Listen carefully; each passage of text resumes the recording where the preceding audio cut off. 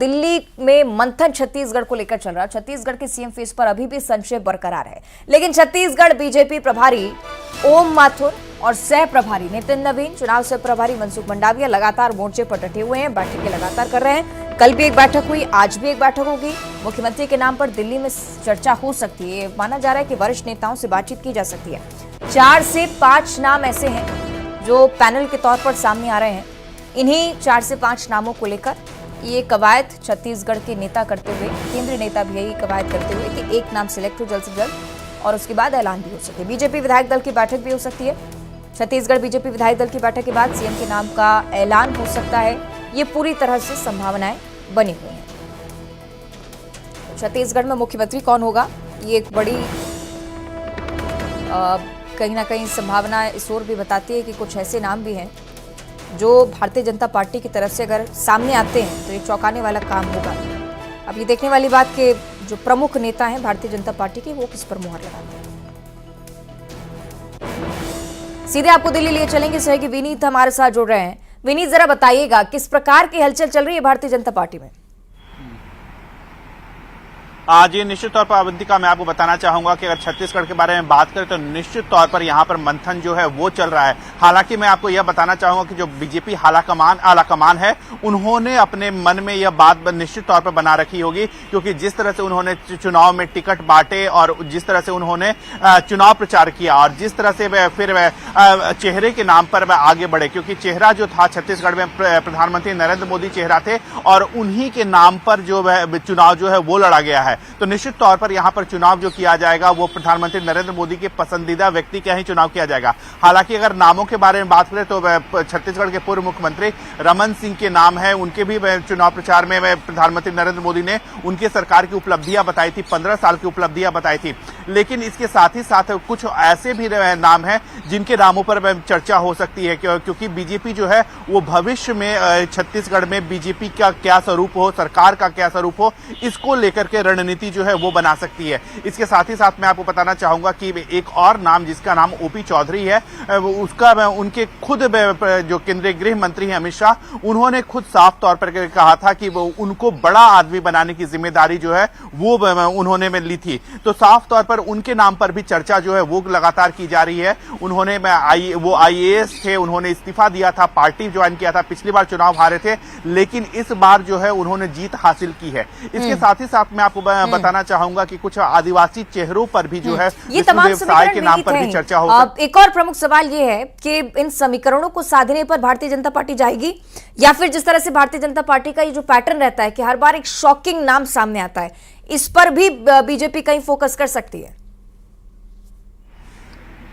जी, निश्चित तौर पर एक डार्क हॉर्स जो होता है, जो राजनीति में लगातार कहा जाता है कि डार्क हॉर्स की जो भूमिका होती है वो काफी महत्वपूर्ण होती है। तो निश्चित तौर पर कुछ जो ऐसे नाम जो अचंभित करने वाली बात हो सकती है, उनके नामों की भी जो घोषणा है वो की जा सकती है। लेकिन जो भी घोषणा की जाएगी, जिस नाम को भी आगे बढ़ाया जाएगा, छत्तीसगढ़ में जो भविष्य की राजनीति को ध्यान में रख करके ही नामों को आगे बढ़ाया जाएगा, क्योंकि आखिरकार किस तरह से बीजेपी जो है वो छत्तीसगढ़ में बीजेपी को स्ट्रांग करना चाहती है, प्रदेश इकाई को स्ट्रांग करना चाहती है, उसको लेकर के ध्यान में रखा जाएगा। इसके साथ ही साथ एक और बात मैं आपको यहां बताना चाहूंगा कि 2024 को भी ध्यान में रखा जाएगा, क्योंकि जिस तरह से हमने देखा कि 2023 में ये आखिरी विधानसभा चुनाव था जिसमें बीजेपी ने बड़ी जीत हासिल की, छत्तीसगढ़ में जीत हासिल की, मध्य प्रदेश में जीत हासिल की, राजस्थान में जीत हासिल की, उसको भी ध्यान में रखा जाएगा क्योंकि हालांकि 11 सीट जो है वो आते हैं और 9 सीट जो है वो इस वक्त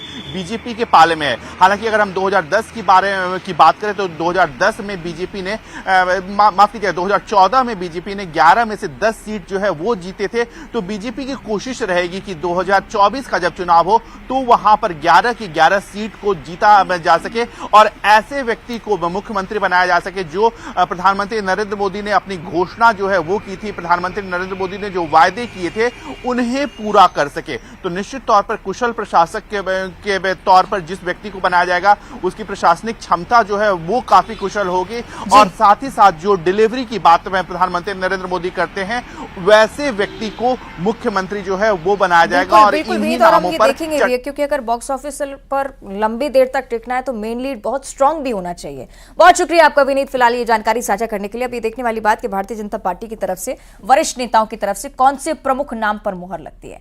एक और महत्वपूर्ण बात है कि विधानसभा चुनाव के नतीजों ने बीजेपी को गदगद कर दिया है। 3 राज्यों में जीत ने बता दिया है कि मोदी मैजिक लगातार चल रहा है। प्रधानमंत्री मोदी, अमित शाह और जेपी नड्डा की तिकड़ी, जिन्होंने विरोधियों के किलों को ढहाने का काम किया, एक बार फिर से कांग्रेस को बैकफुट पर खड़ा कर दिया है। और प्रधानमंत्री मोदी ने एमपी छत्तीसगढ़ में धुआंधार प्रचार भी किया, विरोधियों पर कड़ा प्रहार भी किया और ऐसा जाल बुना कि विरोधी उसमें फंस कर रह गए। रिपोर्ट में देखिए।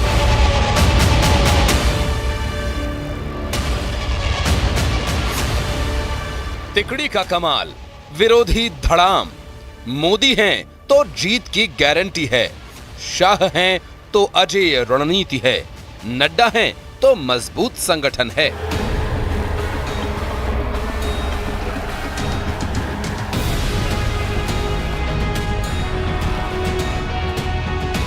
मध्य प्रदेश, छत्तीसगढ़ और राजस्थान में बीजेपी ने कमाल कर दिया है। विधानसभा चुनावों के नतीजों ने कांग्रेस के पैरों तले जमीन ही खिसका दी है। प्रधानमंत्री नरेंद्र मोदी के चेहरे ने कांग्रेस की उम्मीदों पर पानी फेर दिया। जनता ने एक बार फिर बता दिया कि मोदी के सामने कोई नहीं और पीएम मोदी ने भी बता दिया कि एक अकेला ही सब पर भारी है। प्रधानमंत्री मोदी ने मध्य प्रदेश में रतलाम से चुनावी अभियान का आगाज किया। सिवनी, खंडवा, सीधी, दमोह, गुना, मुरैना, सतना, छतरपुर, नीमच, बड़वानी, बैतूल, शाजापुर, झाबुआ में चुनावी जनसभाओं को संबोधित कर राज्य के लगभग सभी हिस्सों तक पहुंचने की कोशिश की। बीजेपी के स्टार और जनता के चहीते प्रधानमंत्री मोदी ने एमपी और छत्तीसगढ़ में धुआंधार प्रचार किया, विरोधियों पर कड़ा प्रहार किया और ऐसा जाल बुना कि विरोधी उसमें फंस कर ही रह गए। एमपी में मोदी ने की 15 रैलियां, 15 जिलों में पीएम मोदी ने किया प्रचार। छत्तीसगढ़ में पीएम ने 5 जिलों में की रैलियां, जनता को दिया विकास की गारंटी का भरोसा। पीएम मोदी ने मध्य प्रदेश और छत्तीसगढ़ में जनसभाओं और रोड शोज के जरिए जनता से वोट की अपील की। जनता ने भी प्रधानमंत्री मोदी की अपील पर अपनी मुहर लगा दी, जिसका नतीजा 3 राज्यों में बीजेपी की जीत है। जीत की हैट्रिक ने बीजेपी की नीति और रणनीति को बता दिया है। सभी मतदाताओं को आदरपूर्वक नमन करता हूं। पीएम मोदी ने कहा कि मोदी की गारंटी वाली गाड़ी देश की सफलता की गारंटी बनेगी। ये भी मोदी की गारंटी है। प्रधानमंत्री मोदी ने कहा कि जहां दूसरों से उम्मीद खत्म होती है, वहां से मोदी की गारंटी शुरू होती है। हर गरीब कह रहा है वो खुद जीता है। आज हर वंचित के मन में भावना है कि चुनाव वह खुद जीता है। आज हर किसान यही कहता है, ये चुनाव हर किसान जीता है। आज हर आदिवासी भाई बहन ये सोचकर खुश है कि उसने जिसे वोट दिया वो विजय उसकी अपनी है। इन सब के बीच जो सबसे अहम फैक्टर रहा वो था राजनीति में चाणक्य माने जाने वाले अमित शाह का पॉलिटिकल मैनेजमेंट। उम्मीदवारों से लेकर मुद्दों तक, स्थानीय समीकरण से लेकर कमजोर कड़ियों तक एक एक पहलू पर फोकस किया। साथ ही बूस्टर डोज देने में भी देर नहीं की। अमित शाह ने हर अहम सीट पर खुद मोर्चा संभाला, भले ही मध्य प्रदेश की चुनावी चुनौती हो या फिर छत्तीसगढ़ की चुनावी लड़ाई। अमित शाह ने न सिर्फ चुनावों में एक मंझे हुए राजनेता, कुशल प्रबंधक और शानदार रणनीतिकार होने का सबूत दिया, बल्कि साफ कर दिया कि आखिरी बूथ तक फोकस रखने की उनकी रणनीति एक बार फिर कारगर साबित हुई है। अमित शाह ने अपने प्रबंधन के जरिए सब कुछ साधा। भारतीय जनता पार्टी की सरकार जिसने 18 साल में किसान, दलित, पिछड़ा, आदिवासी, महिला, युवा हरेक के कल्याण के लिए काम किया है। मुझे बताओ माताओं, भाइयों, बहनों, 18 साल हो गए, सबको याद नहीं होगा, 18 साल पहले बंटा धार की सरकार थी, तब हर गांव में बिजली आती थी क्या? रोडों की स्थिति ऐसी थी क्या? सिंचाई की व्यवस्था हुई थी क्या? एक कांग्रेस पार्टी ने जब जब शासन मिला अपने घर भरने का काम किया और भारतीय जनता पार्टी ने विकास करने का काम। बीजेपी के चाणक्य ने किस तरह से रणनीति बनाई वो भी आपको समझाते हैं। दोनों राज्यों में संभाला मोर्चा, खुद ग्राउंड जीरो पर उतरे, एक एक सीट से फीडबैक, एक एक बूथ का विश्लेषण, स्थानीय मुद्दों पर फोकस, कार्यकर्ताओं तक सीधी पहुंच, आखिरी बूथ तक मजबूती दी। और ये भूपेश बघेल सरकार ना उनको आदिवासियों के कल्याण की पड़ी है, ना पिछड़ा वर्ग के कल्याण की पड़ी है, ना गरीब के कल्याण की पड़ी है। इन्होंने हजारों करोड़ के घोटाले करने का काम ये भूपेश बघेल सरकार ने किया। मोदी और शाह के बाद अब बात करते हैं बीजेपी अध्यक्ष जेपी नड्डा की।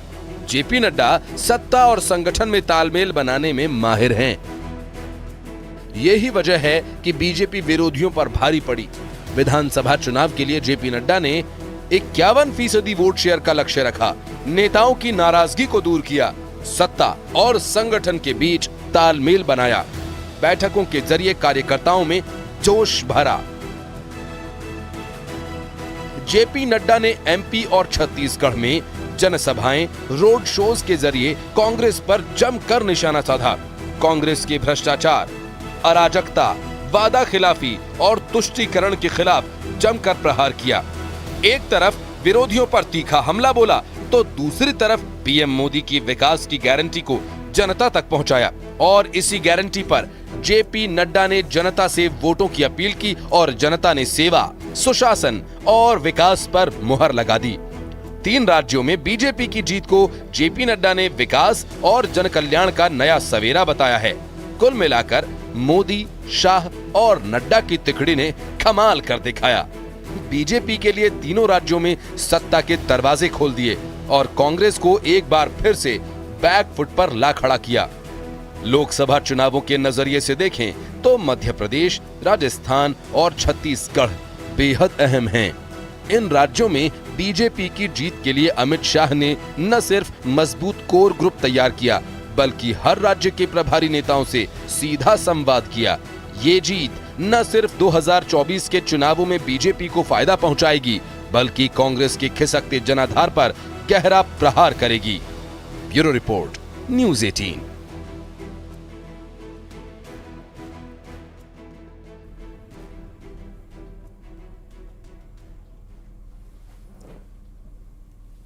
तो एक तरफ भारतीय जनता पार्टी जो कि जश्न में डूबी हुई है और दूसरी तरफ कांग्रेस पार्टी जो कि हार की समीक्षा की तैयारी में। भोपाल से बड़ी जानकारी जिसमें पार्टी के सभी नेता एक बार फिर से जुट रहे हैं। हारे प्रत्याशियों को भी बुलाया गया है भोपाल, जो ये देखेंगे कि आखिर अगर हारे तो क्यों हारे। पीसीसी में सुबह 11 बजे बैठक। कमलनाथ चुनाव को लेकर सभी प्रत्याशियों से बातचीत करने के मूड में। एमपी कांग्रेस आगामी रणनीति पर भी चर्चा करेगी। पूर्व सीएम दिग्विजय सिंह, प्रभारी रणदीप सुरजेवाला भी साथ रहने वाले हैं। कुल मिलाकर बातचीत इसी चीज को लेकर होनी है कि हार की मुख्य वजह क्या रही, जो कि हर पार्टी करती है अपने स्तर पर। समीक्षा की बहुत ज्यादा जरूरत होती है। अगर आने वाले समय में सत्ता में वापसी करनी है, अगर अपना प्रभाव किसी प्रदेश में छोड़ना है, तो उस पार्टी को समीक्षा की, मंथन की बहुत ज्यादा जरूरत होती है।